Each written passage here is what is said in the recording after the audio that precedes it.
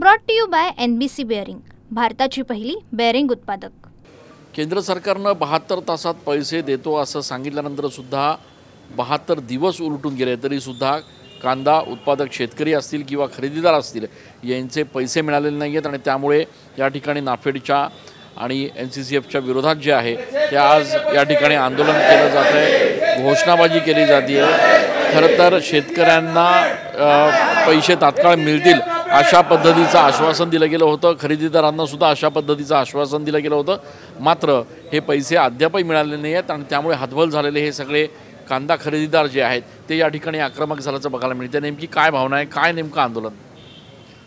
Sir, आमच्या शेती उत्पादक कंपन्या आहेत आणि त्या फेडरेशन स्वरूपात आहेत, काही संस्था आहेत आणि काही FPC आहेत आणि केंद्र सरकारच्या ज्या PSU आहेत NCCF आणि नाफेड यांच्या मार्फतीने हा दरवर्षी कांदा खरेदी केला जातो।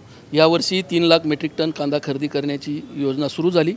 आम्ही आमच्या स्थानिक गावांमधले जे शेतकरी आहेत, जे शेतकऱ्याचे समूह आहेत, जे आमचे सभासद आहेत, अशा शेतकऱ्यांचे रजिस्ट्रेशन करून आम्ही तो कांदा या PSUना दिला जातो आणि या PSUकडून आम्हाला 72 तासात पेमेंट मिळेल अशी पॉलिसीमध्ये नोंद असूनसुद्धा आज 72 दिवस उलटल्यावरही पैसे मिळाले नाही। म्हणून आमचे स्थानिक शेतकरी खूप आक्रमक झाले आणि त्याच प्रमाणात आम्ही 2022-23 पासून तर आजपर्यंत जे कामं केलेले आहेत त्यांचे मागचे कंपोजिट चार्जेस, मागचे गोडाऊन चार्जेस आणि जे कांदासाठी जो मजूर लागतो, जो गोणी भरण्यासाठी, ग्रेडिंगसाठी, त्या मजुरांचे पैसे मिळालेले नाही। शेतकरीसुद्धा या ठिकाणी काही उपस्थित आहेत, नेमकी काय अडचण झालेली आहे आता?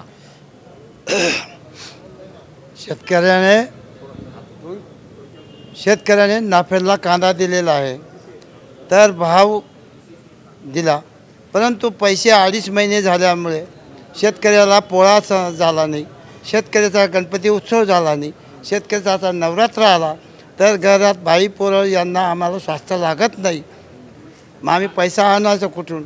काय सांगाल का? 2-3 महिने झाले भाव नाही कांद्याला, परत पैसे मिळत नाही, त्याच्यामुळे हे सणासुदाचे आम्हाला म्हणजे दिवस एकदम कष्ट बरोबर गेले नाही, त्याच्यामुळे शेतकरी फार अडचणीमध्ये आहे। आपण बघतोय की या ठिकाणी कांदा खरेदीदार असतील, शेतकरी असतील, गेल्या अनेक दिवसांपासून अडचणीत आहेत। आज अखेर त्यांचा संयम जो आहे तो या ठिकाणी सुटल्याचं बघायला मिळत आहे। नाफेडच्या विरोधात या ठिकाणी घोषणाबाजी केली जाते, NCCFच्या विरोधात या ठिकाणी आंदोलन जे आहे ते उभं केलं जात आहे। तात्काळ या संदर्भातली कार्यवाही व्हावी आणि त्यांचे सगळे जेवढे थकीत जे पैसे आहेत ते तात्काळ मिळावेत अशा पद्धतीची मागणी जी आहे ती या सगळ्या लोकांकडून केली जाते आहे। कॅमेरा पर्सन खुशाल पाटीलसह मी Chandan Pujadhikari, TV9 Marathi. Brought to you by NBC bearing, भारताची पहिली बेअरिंग उत्पादक।